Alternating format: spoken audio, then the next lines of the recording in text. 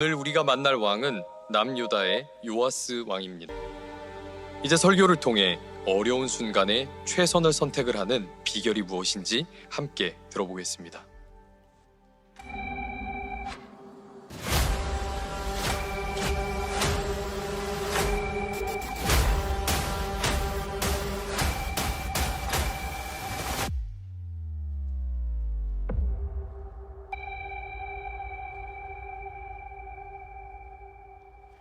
자, 오늘 여러분들과 함께 요아스에 대한 말씀으로 들어가 봅니다. 이제 오늘 말씀을 기점으로 왕들의 이야기 이제 후반부로 들어가게 됩니다. 총 15번의 말씀을 나누게 되는데 오늘 10번째 말씀이에요. 지난주에 제가 여러분들에게 이렇게 이야기를 했습니다. 우리 솔로몬부터 왕들의 이야기를 쭉 하면 여러분들 스트레스 받을까봐 이제 지난주부터 다시 이제 왕들의 이야기를 하나하나 짚어가겠다라고 말을 했으나 그래도 한 번쯤은 솔로몬부터 짚어가는 게 좀 좋지 않을까. 그래서 스트레스 받지 말고 한번 우리 첫 번째 왕부터 한번 짚어가 봅시다. 이스라엘의 초대 왕 사울, 두 번째 왕 다윗, 그 다음 솔로몬.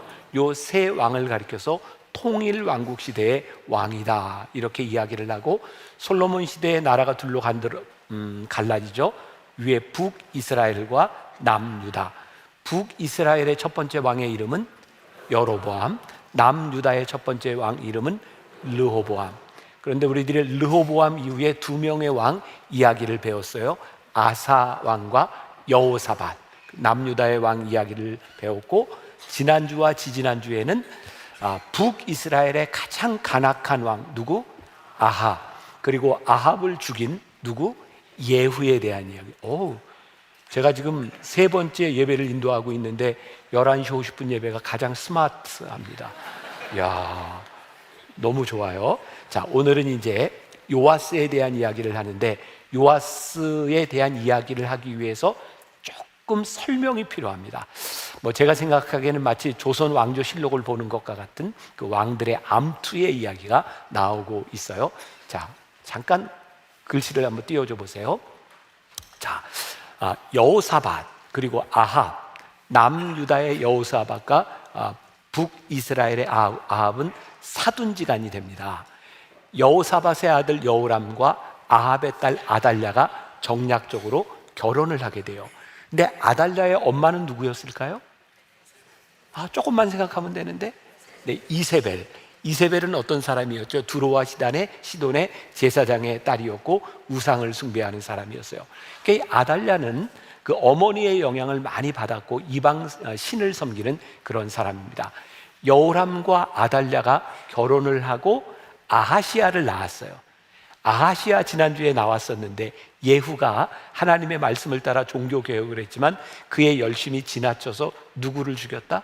남유다의 아하시아도 죽이고, 그리고 그의 친족 42명을 학살했다, 그런 이야기를 했어요. 예후는 종교개혁을 했을 뿐만 아니라 조금 더 이제 권력을 가지려고 하는 의지를 가지고 아하시아를 죽이게 되죠. 유다에는 이제 아하시아 왕이 죽고 난 다음에 왕이 없는데, 세상에 아하시아의 어머니였던 아달랴가 본인이 왕이 되기 위해서 자기의 아들들을 다 죽입니다. 이런 이야기가 성경에 나와 있는 거예요. 그러면 아달랴는 왕이 됐으니까 당연히 그 어머니의 영향을 따라, 이세벨의 영향을 따라 우상 숭배가 만연하게 되겠죠. 아들들을 다 죽였는데 그 중에 한 살 난 아들 하나가 살아남았습니다. 그게 오늘 말씀의 주인공 요아스입니다. 그리고 아달랴가 나라를 통치하면서 이렇게 전횡을 휘두르고 우상 숭배를 하니까 쿠데타가 일어나고 아달랴를 이제 추출하게 됩니다.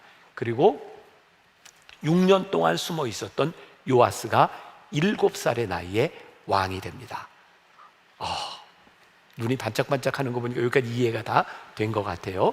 그런데 오늘 중요한 것 중에 하나는, 이 요아스가 왕이 되었는데 7살의 왕이 되었으니 그가 무슨 정치를 할 수 있겠어요? 그런데 이 요아스가 왕이 되었을 때 그의 옆에 정말 좋은 사람이 하나 있었습니다. 여호야다라고 하는 제사장이 있었어요. 오늘 요아스의 이야기를 통해서 오늘 우리가 함께 나누려고 하는 이야기는 뭐냐면 좋은 만남에 관한 것입니다. 요아스는 여호야다를 만났기 때문에 7살의 왕이 되어 그가 나라를 다스릴 수 있었죠. 열왕기하 11장 21절에 요아스가 왕이 될 때의 나이가 7세였더라 이렇게 되어 있어요. 자, 좋은 만남에 대한 이야기. 제가 말씀을 준비하다 어떤 목사님의 페이스북 글을 보게 되었는데, 그분이 이제 내일 이제 주례를 하는 상황인데, 주례를 짧게 하려고 합니다. 하나님, 부모님, 배우자 늘 생각하라고. 그런데 2013년 33세의 나이로 세상을 떠난 울랄라 세션의 임윤택이라고 하는 슈스케, 그 3기에서 우승을 했던 울랄라 세션의 임윤택에 대한 이야기를 하려고 합니다. 그 내용이 뭐냐면, 임윤택 씨가 울랄라 세션으로 슈스케 3기에서 1등 우승을 할 때, 그때는 이미 위암 3기에서 4기로 넘어가고 있는 때였습니다. 죽음을 얼마 남겨놓지 않은 그 상황에서 사랑하는 여인이 있었고, 그리고 부모님에게 가서 결혼 허락을 얻게 되는 상황이었어요. 그때 그 신부의 어머니가 이런 이야기를 합니다. 살아보니 사랑은 길이가 아니라 깊이더라고. 결혼은 함께 하고 싶어서 하는 게 아니라 헤어지면 죽을 것 같아서 하는 게 결혼이야. 그리고 결혼을 승낙합니다. 이문택 씨는 죽기 전에 딸을 하나 낳고 세상을 떠나게 됩니다. 저에게 이 말이 굉장히 인상적이었어요. 사랑해서 함께 살고 싶어서 하는 것이 결혼이 아니라 헤어지면, 같이 살지 않으면 죽을 것 같아서 하는 것이 결혼이다. 그런 좋은 만남을 가질 수 있다면 얼마나 좋을까. 여러분, 정채봉 시인 아시죠? 정채봉 시인이 만남이라고 하는 시를 썼는데, 이 시도 참 좋더라고요. 제가 조금 읽어드립니다. 가장 잘못된 만남은 생선과 같은 만남이다. 만날수록 비린내가 묻어오니까. 가장 조심해야 할 만남은 꽃송이 같은 만남이다. 피어 있을 때는 환호하다가 시들면 버리니까. 가장 비천한 만남은 건전지와 같은 만남이다. 힘이 있을 때는 간수하고 힘이 다 닳았을 때는 던져버리니까. 가장 시간이 아까운 만남은 지우개 같은 만남이다. 금방의 만남이 순식간에 지워져 버리니까. 가장 아름다운 만남은 손수건과 같은 만남이다. 힘이 들 때는 땀을 닦아주고 슬플 때는 눈물을 닦아주니까. 당신은 지금 어떤 만남을 가지고 있습니까? 요아스라고 하는 그 어린 7살의 왕이 되었던 기구한 운명, 이 요아스는 여호야다라고 하는 제사장을 만나죠. 그리고 사실 여호야다의 아내였던 여호사부앗에 의하여 6년 동안이나 이렇게 돌봄을 받게 되었고, 여호야다와 함께 종교 개혁을 하게 됩니다. 참 좋은 만남이었다. 저는 오늘 만남에 대한 생각을 좀 해요. 제가 이제 미국 갔다 오고 이렇게 하면서 이제 몸이 좀 이렇게 조금 힘들었어요. 아마 제가 감기로 투병했다는 얘기를 했잖아요. 제가 한 6주 동안에 한 5kg가 빠졌어요. 불쌍해 보이죠? 근데 정말 몸이 힘들어서 밥을 먹기가 싫으니까 살이 빠지니까 이게 너무 힘든 거야. 나이 들면서 살 빠지니까. 그래서 지난주에 의사 선생님하고 이렇게 좀 상담 삼아 이야기를 하게 됐어요. 그분이 저에게 이런 말을 하더라고요. 목사님, 너무 힘들게 목회를 좀 안 했으면 좋겠어요. 그분은 이제 교인의 입장에서, 우리는 그냥 목사님과 함께 신앙생활을 하면서 주일날 이렇게 말씀을 통해 만나고 예배를 통해 만나고 그러면 그냥 좋아요. 너무 여러 가지 프로그램을 만들어서 힘들게 그렇게 목회하려고 하지 않으면 좋겠어요. 제가 그 이야기를 들으면서 제가 제 성격적으로 저를 이렇게 가만두지 못하는 성격이기도 하고 뭔가를 이렇게 열심히 하는 스타일이기도 합니다. 근데 나는 왜 그렇게 열심히 그렇게 뭔가를 하려고 할까? 제가 그런 고백을 할 수 있을 것 같아요. 저는 이 자리에 설교하려고 이렇게 서면 그냥 너무 좋아요. 그리고 우리 성도들의 모습을 보는 게 너무 감사하고, 이렇게 만나교회라는 공동체를 통해서 이런 만남을 가지고 신앙생활을 하는 것이 나에게 큰 축복이구나. 그래서 내가 이 교인들을 바라보면서 좋은 만남을 가지기 위해서 내가 그렇게 살아가나 보다, 이런 생각을 했거든요. 제가 이렇게 물으면 여러분들이 대답하기가 좀 힘들지 모르겠지만 여러분들도 저를 보면 그런 생각이 들잖아요. 안 좋아요? 좋잖아요. 왜? 우리들의 만남이 하나님 안에서 우리들이 이렇게 좋은 만남을 가지고 간다고 하는 게 우리들에게 얼마나 큰 축복인가. 그런데 이 만남이 우리들에게 영원하지 않다는 거예요. 그리고 중요한 것은 여러분들이 이 만나교회 안에서 저와 여러분들의 만남뿐만 아니라 어떻게 여러분들의 인생에 좋은 만남을, 좋은 믿음의 사람들을 가지냐고 하는 것은 굉장히 중요한 일일 것 같아요. 자, 요아스가요 여호야다를 만나서 종교 개혁을 합니다. 그의 어머니 아달랴 시대에 많은 우상들이 들어오게 되었고, 자, 열왕기하 12장 7절부터 8절까지의 그 상황이 나와 있는데요. 자, 요아스 왕이 대제사장 여호야다와 제사장들을 불러 이르되 너희가 어찌하여 성전에 파손된 데를 수리하지 아니하였느냐? 이제부터는 너희가 아는 사람에게서 은을 받지 말고 그들이 성전에 파손한 데를 위하여 드리게 하라. 제사장들이 다시는 백성에게 은을 받지도 아니하고 성전에 파손한 것을 수리하지도 아니하기로 동의하니라. 자, 이게 어떤 일이 있었냐면 종교 개혁을 하고 있었지만 당시의 제사장들이 사람들에게 돈을 받고 은을 갈취하고 성전을 잘 이렇게 보수하지 않았다는 거예요.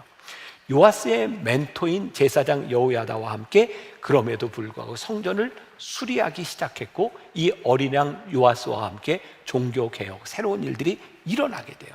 역대하 24장 14절에서 이렇게 표현을 합니다. 같이 읽으면 더 좋을 것 같아요. 자, 시작. 공사를 마친 후에 그 남은 돈을 왕과 여호야다 앞으로 가져왔으므로 그것으로 여호와의 전에 쓸 그릇을 만들었으니 곧 섬겨 제사 드리는 그릇이며 또 숟가락과 금은 그릇들이라.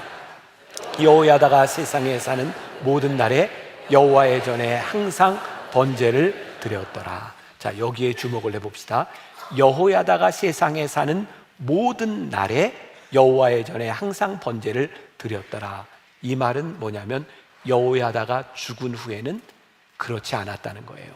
여호야다가 죽은 이후에 요아스가 여호와를 떠났다는 거예요. 오늘 본문 말씀은 바로 이러한 상황, 요아스가 여호와를 떠나 여호야다가 세상을 떠나고 종교개혁이 끝내버린 그 어려운 상황 가운데서 당시 북이스라엘과 남유다는 아람이라고 하는 나라의 공격을 늘 받고 있었는데 아람왕 하사엘이 쳐들어오는 그런 상황을 맞이하게 된 거예요. 하나님을 떠난 요아스에게 위기가 찾아왔어요. 자, 오늘 여기 말씀을 듣고 있는 여러분들 가운데도 인생의 위기를 경험하는 사람이 있을 거예요. 인생의 위기를 지나간 사람도 있을 거예요. 인생의 위기는 경제적인 위기, 또 관계의 위기, 건강의 위기, 많은 위기들이 있어요. 여러분, 위기가 우리들에게 찾아오는 것은 하등 이상한 일이 아닙니다. 위기는 언제나 찾아오고 저에게도 여러분들에게도 언제든지 위기는 찾아올 수 있을 겁니다. 성경은 우리들에게 무엇을 묻고 있냐면 너희들의 인생에 위기가 찾아왔을 때 너희들은 어떻게 대응하고 어떻게 행동하는가. 근데 오늘 요아스는 그의 위기가 찾아왔을 때 어떻게 행동했냐면 18절 말씀 보세요. 우리 같이 봉독합니다. 시작. 유다의 왕 요아스가 그의 조상들 유다 왕 여호사밧과 여호람과 아하시아가 구별하여 드린 모든 성물과 자기가 구별하여 드린 성물과 여호와의 성전 곳간과 왕궁에 있는 금을 다 가져다가 아람 왕 하사엘에게 보냈더니 하사엘이 예루살렘에서 떠나갔더라. 자, 요아스는 왜 이런 결정을 하게 되었을까요? 지금 무슨 일을 하고 있어요? 그가 여호야다와 함께 그 성전을 채웠던 많은 은금으로 만들었던 모든 것들을 요아스는 하사엘에게 주면서 그에게 돈으로 그의 위기를 해결하고 그 예루살렘을 떠나가게 합니다. 또 그의 삶의 멘토였던 제사장 여호야다는 지금 이 순간에 어디로 갔는가? 성경에 보니까 여호야다는 130세의 나이에 세상을 떠나게 됩니다. 조금 전에도 언급했지만 아무리 좋은 멘토도 우리들의 삶에 영원히 함께하지는 않는다는 사실입니다. 이스라엘 역사를 통해서 계속해서 보는 것들이지만 끊임없이 반복되는 일들이 있습니다. 하나님은 요아스는 이제 비참하게 죽습니다. 심판을 받게 되죠. 어떤 심판을 받는 비참한 왕들에게도 하나님은 그냥 그들을 심판하시지 않았어요. 늘 그들에게 기회를 주셨어요. 여호야다가 죽고 난 다음에 사람들이 찾아와서 이제 막 영적으로 다시 타락하게 되는 그런 상황에 여호야다의 아들이었던 스가랴가 찾아와서 요아스에게 이야기합니다. 왕이시여, 그렇게 하면 안 됩니다. 돌아서야 됩니다. 근데 요아스는 말을 듣지 않죠. 성전 뜰에서 스가랴를 돌로 쳐서 죽이게 됩니다. 후회할 일이 생긴 거예요. 또 생각을 해보세요. 아마 여기 있는 여러분들 가운데도 내 인생에 후회가 되는 시점을 지나가는 사람이 틀림없이 있을 겁니다. 후회라고 하는 말엔 뭐가 전제되어 있을까요? 기회가 있었다는 얘기입니다.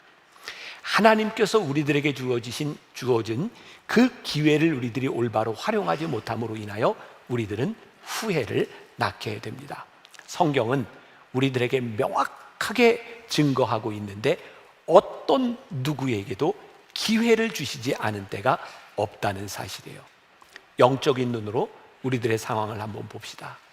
하나님께서 오늘 우리들에게 무너진 우리의 인생에, 영적으로 무너진 우리의 인생에 하나님께서 기회를 주고 계시다면 그 기회가 우리들의 삶에서 후회가 되지 않도록 우리들이 살아야 한다. 오늘 본문 말씀 17절, 그때에 라고 되어 있어요. 그때가 언제일까요? 요아스가 스가랴를 죽이고 하나님이 주어진 기회를 잡지 못했을 그때에 아람 왕 하사엘이 올라와서 가드를 쳐서 점령하고 예루살렘을 향하여 올라오고자 함으로 그에게 위기가 닥친 거예요. 말씀을 준비하다가 떠오른 구절이 하나 있었어요. 잠언 27장 17절 말씀. 우리 같이 한번 한 목소리로 봅시다. 시작. 철이 철을 날카롭게 하는 것 같이 사람이 그의 친구의 얼굴을 빛나게 하느니라. 멋진 말이잖아요. 철이 철을 날카롭게 하는 것처럼 사람이 그의 친구의 얼굴을 빛나게 하느니라. 제가 또 제 말로, 제 입술로 이렇게 말하는 게 뭐하지만, 여러분, 우리가 함께 만나교회에서 주일날 예배를 드리고 말씀을 듣고 기도를 하면서 여러분들의 얼굴이 빛나야 하지 않겠는가? 저는 만나교회 담임 목사의 입장에서 저로 인하여 여러분들의 영적인 상태를 날카롭게 만드는 사람이 되어야 되지 않겠는가? 또 여러분들은 이 만나교회 공동체에서 신앙생활을 하면서 서로에게 얼굴을 빛나게 하는 사람이 되어야 되지 않겠는가? 우리 신앙의 가장 큰 축복이 뭐예요? 우리의 믿음의 친구들이 있는 거예요. 제가 공동체에 대한 이야기를 합니다. 여러분들 혼자 얼마든지 신앙생활 할 수 있습니다. 그러나 여러분들의 얼굴을 빛나게 하는 믿음의 공동체를 가진다고 하는 것은 여러분들에게 얼마나 큰 축복인지 몰라요. 요아스는 여호야다로 인하여 얼굴이 빛났던 사람입니다. 문제는 어떤 누구도 영원하지 못하기 때문에 여호야다의 죽음으로 인하여 요아스가 어려움에 처하게 되었다는 거예요. 죄송해요. 좀 슬프지만 저도 여러분들과 영원하지 못하잖아요. 저도 이제 몇 년이 지나면 은퇴를 하게 될 거고, 제가 우리 만나교회와 우리 교인들을 바라보면서 제 마음속에, 물론 제가 걱정한다고 되는 일은 아니겠지만, 제가 은퇴하기 전까지 여러분들에게 좋은 목회자가 되어야 되지만, 제 마음의 걱정은 제가 여기를 떠나고 난 다음에도 우리 성도들의 얼굴이 빛날 수 있는 좋은 사람들과의 만남이, 우리의 얼굴을 빛나게 할 수 있는 만남들이 이곳에서 이루어져야 할 텐데, 그래서 생각해 보니까 우리들에게 필요한 것은 좋은 사람 만나는 것도 큰 축복이지만 하나님의 말씀이 어떻게 우리들의 삶에서 멘토가 되도록 살아갈 수 있는가. 시편 119편 105절에 우리가 잘 아는 말씀이 있어요. 주의 말씀은 내 발의 등이요 내 길의 빛이니이다. 한번 상상을 해보세요. 주의 말씀이 내 발의 등이야. 말씀이 내 발의 등이면 이 빛으로 인하여 내가 갈 길을 알아. 말씀이 내 길의 빛이야. 빛이 환하게 비치면 우리들이 어떻게 살아야 될지를 아는 거예요. 또 디모데후서 3장 16절과 17절, 사도 바울이 그의 영의 아들 디모데에게 권면했던 말씀이 있어요. 이 말씀도 한번 같이 볼까요? 시작. 모든 성경은 하나님의 감동으로 된 것으로 교훈과 책망과 바르게 함과 의로 교육하기에 유익하니 이는 하나님의 사람으로 온전하게 하며 모든 선한 일을 행할 능력을 갖추게 하려 함이라. 모든 성경은 하나님의 감동으로 된 것으로 우리를 교훈하고 책망하고 우리를 의롭게 하기에 충분한 말씀인데, 오늘 우리들에게 주시는 도전이 뭐예요? 그 말씀이 우리들에게 멘토가 되어 있는가? 오늘 저는 또 여러분들에게 한 가지 도전을 하고 싶은 게 있어요. 하나님의 말씀이 우리들의 삶에 추상적인 것으로 머무르는 것이 아니라 하나님의 말씀이 우리들의 삶에 적용되고 그 말씀을 따라 살아가려고 하고 그 말씀이 우리들의 발의 등과 빛이 되어질 때에 우리를 인도하는 그 말씀으로 우리들이 살아가고 있는가? 요한복음 14장 26절에 유명한 말씀이 있죠. 예수님께서 보혜사 성령을 우리들에게 보내시겠다 말씀하셨어요. 보혜사, 곧 아버지께서 내 이름으로 보내실 성령, 그가 너희에게 모든 것을 가르치고 내가 너희에게 말한 모든 것을 생각나게 하리라. 여기서 우리들에게 그런 의문, 또 도전이 되어야 되는 거죠. 하나님의 말씀이 나를 인도해 주십니까? 하나님의 말씀이 내 머릿속에 추상적인 것으로 머무르는 것이 아니라 내 삶에 적용이 되고 있습니까? 제가 요즘 인스타그램에 일주일에 한 번씩 제가 문장을 하나씩 이렇게 올려놓습니다. 그 중에 하나, 얼마 전에 제가 썼던 문장이에요. 마귀는 성경 읽는 자를 두려워하고 하나님은 찬송하는 자를 기뻐하신다. 이런 때가 이제 감동 포인트와 아멘 포인트예요. 다시 한번 띄워줘 보세요. 제가 쓴 거예요.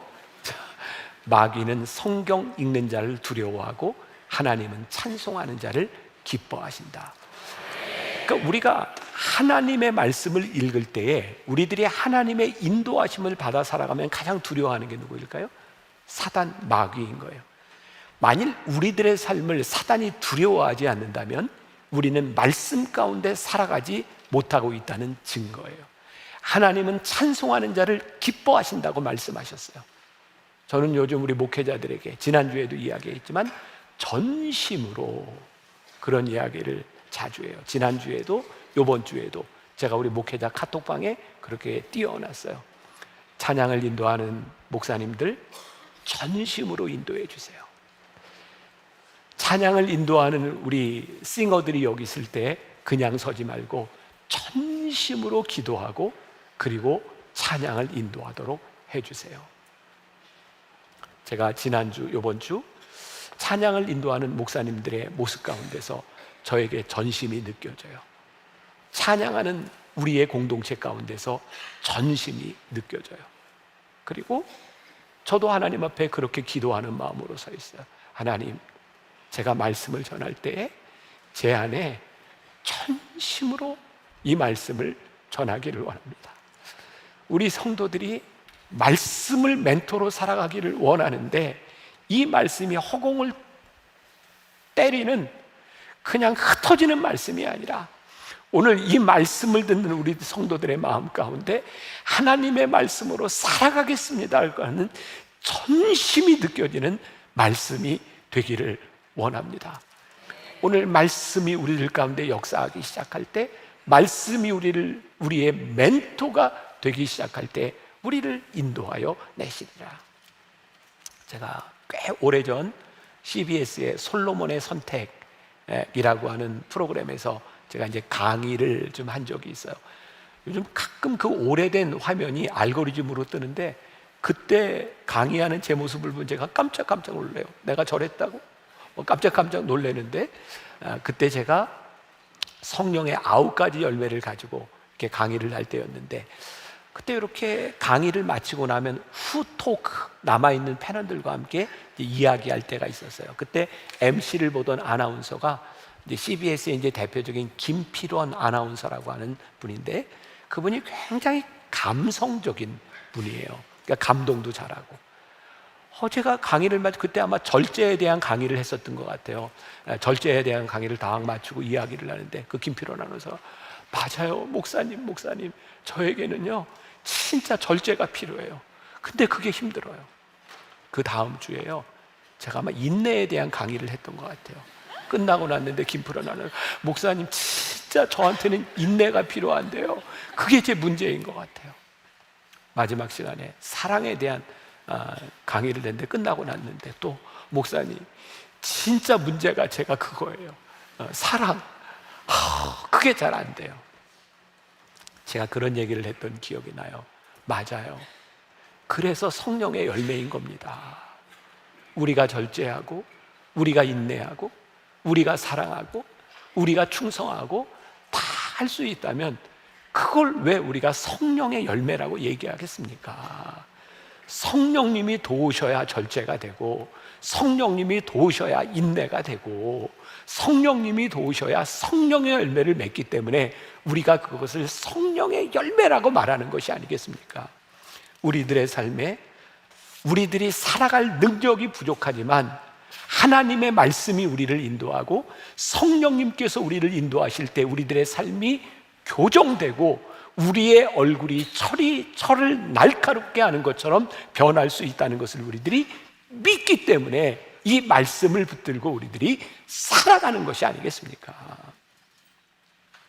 요아스 왕에게 멘토가 사라졌을 때 문제는 그가 고민했지만 하나님의 말씀을 따라 살아가는 것이 아니라, 그가 순종한 것이 아니라 자신이 할 수 있는 최선을 다했다는 거예요.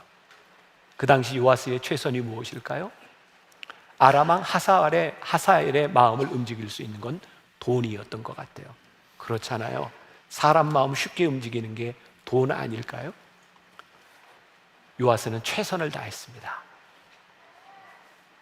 저는 우리 크리스찬들에게 가장 잘못되고 비겁한 말 중에 하나가 최선을 다했다는 말이라고 생각해요. 하나님, 저 최선 다했습니다. 하나님이 우리들에게 원하시는 것은 우리의 최선이 아닙니다. 하나님 앞에 순종하고 하나님께서 우리들에게 무엇을 원하시는지가 보여야 순종이 이루어지지, 우리의 최선이, 우리가 최선을 다했다고 하는 것이 올바른 선택을 했다는 의미는 아닙니다. 요아스는 잘못된 선택을 했던 사람이에요. 조금 아까 읽었던 18절 말씀 다시 한번 볼까요? 18절. 자, 한 목소리로 시작. 유다의 왕 요아스가 그의 조상들 유다 왕 여호사밧과 여호람과 아하시아가 구별하여 드린 모든 성물과 자기가 구별하여 드린 성물과 여호와의 성전 곳간과 왕궁에 있는 금을 다 가져다가 아람 왕 하사엘에게 보냈더니 하사엘이 예루살렘에서 떠나갔더라. 보세요. 그가 할 수 있는 최선을 다했고 하사엘은 떠나갔습니다. 그런데 그거 아세요? 잘못된 선택을 하면 결국 잘못된 결과를 맞이하게 된다는 거예요. 돈으로 해결할 줄 알았는데 저는요, 우리가 돈이면 다 되리라고 하는 이 생각이 또 하나의 우상 숭배는 아닐까? 만일 여러분들의 인생의 문제를 돈으로 해결하고 돈이면 다 된다고 생각한다면 우리는 어쩌면 또 하나의 우상 숭배를 하고 있다는 생각이 들어요. 오늘 여러분들의 인생에 맞이하고 있는 위기를 우리는 어떻게 극복하고, 위기가 우리들의 인생의 문제가 아니라 위기가 닥쳐왔을 때에 우리들이 어떻게 해야 되는지를 분명히 알아야 될 텐데 잘못 살았던 결과에 대하여 역대하 24장 24절에 보니까 아람 군대가 적은 무리로 왔으나 여호와께서 심히 큰 군대를 그들의 손에 넘기셨으니 이는 유대 사람들이 그들의 조상들의 하나님 여호와를 버렸습니다. 이와 같이 아람 사람들이 요아스를 징벌하였더라.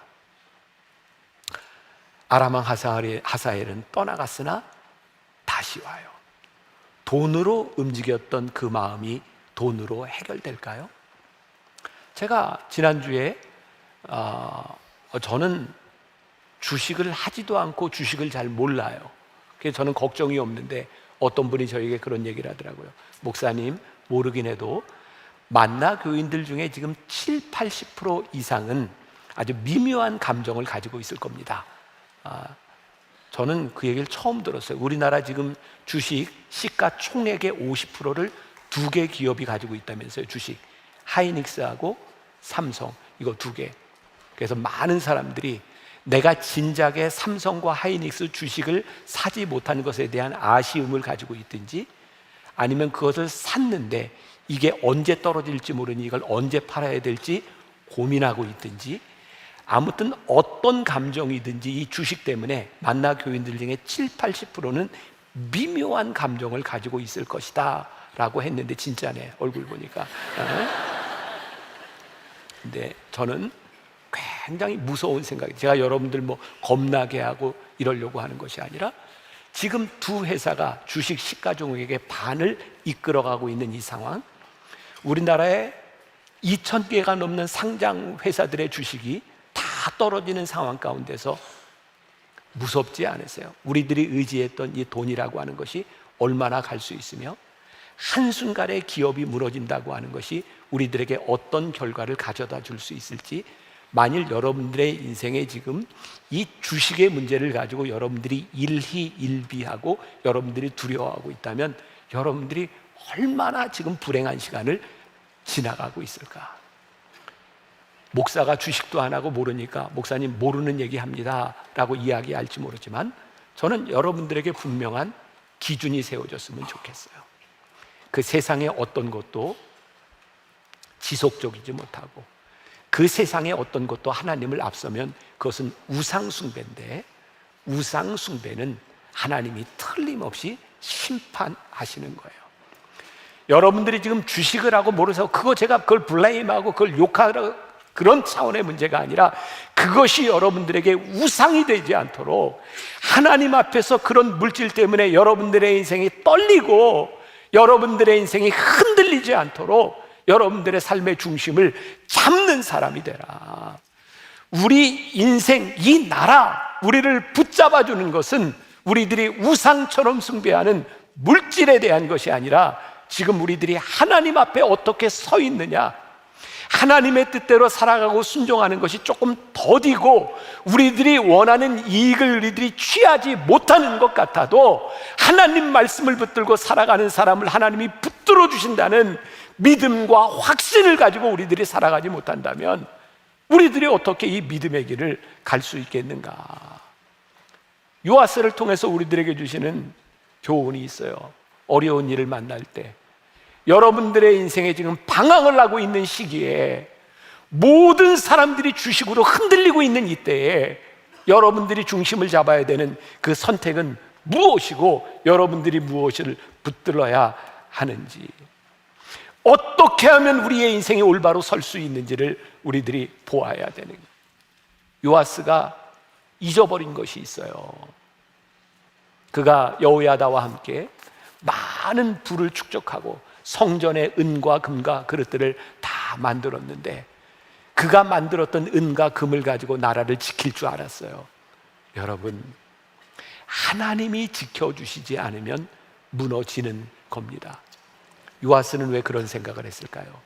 내가 많이 모아놨으니 이 물질의 주인이 자신이라고 생각한 거죠. 우리들이 가지고 있는 물질의 주인이 진짜 나라고 생각하세요? 여러분들이 가지고 있는 물질이 어느 날 흩어지는 허무한, 한순간 터진 웅덩이와 같은 것이 아니라, 하나님이 붙들어 주시면 아니 되는, 하나님을 의지하는 사람들이 되어야 우리들이 물질에 흔들리지 않는 삶을 살아갈 수 있지 않겠는가? 오늘 우리들에게 찾아오는 위기의 순간들 가운데서 우리들이 무엇을 선택하고 우리의 소유권이 어디에 있는지를 하나님 앞에 물을 수 있는 사람들이 되어야 하지 않을까, 그런 생각이 들었어요. 요아스가 그 어려운 순간에 그의 성전에는 많은 물건들이 있는 그 순간들에 이 모든 것이 하나님의 것이라는 믿음이 있었다면, 그의 소유권이 나에게 있는 것이 아니라 하나님께 있습니다 라는 믿음이 있었다면, 그는 그 순간에 하나님께 묻지 않았을까요? 최선을 다했다는 말이 우리 신앙인에게 비겁한 말인 것처럼, 요아스가 이 상황에서 나는 어쩔 수 없었어 라고 하는 건 역시 너무나 비겁한 말인 거예요. 우리 신앙인들이 해야 되는 고백은 뭘까요? 어쩔 수 없는 게 아니에요. 하나님, 여기에 나를 세워주시고 하나님께서 여러분들에게 허락하신 물질이 하나님의 것이고 여러분들이 있는 여러분들의 포지션이 하나님께서 세워주신 것이라는 그 믿음이 있을 때 우리들이 누구에게 물어야 돼요? 하나님, 제가 무엇을 해야 될까요? 하나님, 여기에 있는 것이 하나님의 뜻이라면 하나님 저를 도와주세요. 말틴 루터가요, 종교개혁을 할 때 이 보름스 종교회의에서, 그러니까 죽음을 앞에 두고 어떤 판단을 봐야 될지 힘들었을 때 말틴 루터가 유명한 기도를 하잖아요. 하나님, 제가 여기 있습니다. 나를 도와주세요. 말틴 루터가 만들어서 종교개혁 때 불렀던 유명한 찬양이 있잖아요. 내 주는 강한 성이요 방패와 병기 되시니 큰 환난에서 우리를 구하여 내시리로다. 옛 원수 마귀는 이때도 힘을 쏜 모략과 권세로 싸우니 천하에 누가 당하냐. 말씀을 마무리합니다. 이 얘기 하나 꼭 하고 마무리하고 싶어요. 저는 어거스틴이라는 사람을 참 좋아합니다. 어거스틴이 제일 고민했던 것 중에 하나가 뭐냐면 악에 대한 문제였어요. 왜 우리들이 살아가는 이 세상에 악이 존재할까? 그리고 우리는 왜 악을 경험하게 될까? 근데 어거스틴은 그가 신앙 안에서 이렇게 풀어납니다.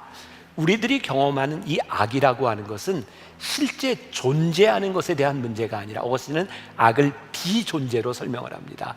우리들의 삶에서 선함이 사라지면, 선이 결핍되면 우리들이 악을 경험하게 되는 것이다. 그리고 또 이런 비유를 하죠. 캄캄한 어둠 가운데 빛이 쫙 비치면 어둠은 물러가게 되어 있는 겁니다. 우리들의 삶의 위기 가운데서 우리는 무언가 선택을 해야 됩니다.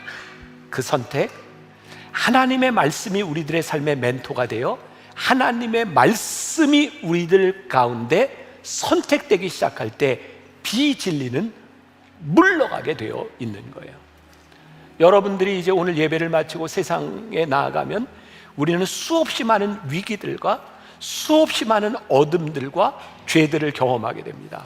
근데 우리들의 삶에 하나님의 말씀이 역사하시는, 하나님의 말씀이 우리들 가운데서 쫙 번져나가기 시작할 때 우리를 둘러싸고 있는 악한 세력들이 물러가게 되어 있는 거예요. 제가 오늘 9시 50분 예배 설교를 하면서도 우리 교인들과 그런 얘기를 했어요. 하나님, 우리 성도들이 세상으로 나가 살아갑니다. 그런데 이 세상 한가운데서 하나님의 선한 말씀이 우리들 가운데 추상적인 것이 아니라 이 말씀이 우리들 가운데 적용되고 결정함으로 인하여 흑암의 권세들이 물러가는 역사들을 우리들이 경험하게 하여 주옵시고, 하나님, 우리가 다음 주에 여기 예배당에 모일 때 하나님의 말씀이 내 발의 등이요 내 발의 빛이 되어서 이 말씀을 가지고 살아가니 하나님이 내 삶 가운데서 이렇게 역사하셨습니다. 하나님, 제가 흔들리지 않았습니다. 물질이라는 우상에 제가 넘어지지 않았습니다. 제 삶의 기준이 올바로 세워졌습니다. 어쩌면 세상은 우리를 향하여 미련하다고 이야기할지 몰라요. 너는 왜 그렇게 미련하게 더디 가냐고 이야기할지 몰라요. 그러나 한 가지 분명한 것이 있어요. 하나님 앞에 올바로 세워진 우리의 믿음의 기준이 분명하면 절대로 넘어지지 않는다는 사실이에요. 우리 너무 불안한 시대를 살아가고 있어요. 자, 여러분, 뭐 주식하지 말라 이런 얘기 안 해요. 근데 주식 때문에 흔들리지 마세요. 여러분, 돈 버는 일 열심히 하세요. 돈이 여러분들에게 우상이 되지 않도록 살아가세요. 어쩔 수 없었습니다. 최선을 다했습니다. 아니요, 하나님의 말씀대로 살았습니다. 이 기준이 여러분들에게 분명히 세워지고, 그래서 다음 주에 우리들이 이 예배당에 들어오는데 앞에 십자가를 보는데 너무 감격스러워야 되잖아요. 하나님, 제가 말씀 앞에서 이렇게 살았습니다.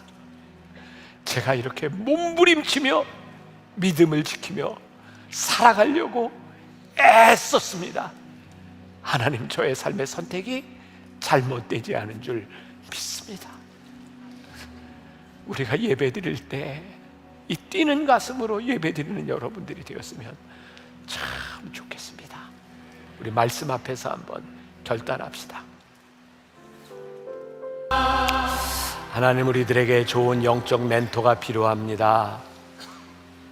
저와 우리 교인들, 우리 사랑하는 성도들 가운데 좋은 멘토들이 세워지게 하시고 좋은 만남이 이루어지게 하시고, 그럼에도 불구하고 영원할 수 없는 이 만남 가운데 하나님의 말씀이 우리들의 발의 등이요 빛이 되게 하여 주옵소서. 명확한 하나님의 말씀의 기준 앞에 우리들의 삶을 살아가게 하여 주옵시고, 이 세상으로 나아갈 때에 우리를 흔들게 하는 많은 것들 가운데서 말씀의 중심을 잡는 사람들, 말씀을 붙들고 승리하는 사람들, 그렇게 믿음의 선한 싸움을 싸우고 다시 이 자리에 모이는 귀한 성도들이 되게 하여 주옵소서. 오늘도 하나님 앞에 드려진 귀한 예물들과 이 예물들이 쓰여지는 곳에 하나님 친히 간섭하시고 복된 예물, 하나님의 소유권을 인정하는 예물이 되게 하여 주옵소서. 지금은 우리 주 예수 그리스도의 은혜와 하나님 아버지의 무한하신 사랑과 성령의 인도하심이 하나님의 말씀 붙들고 담대히 세상으로 나가는 당신의 사랑하는 모든 백성들 위해 지금부터 영원까지 함께 하시기를 간절히 축원하옵나이다. 아멘.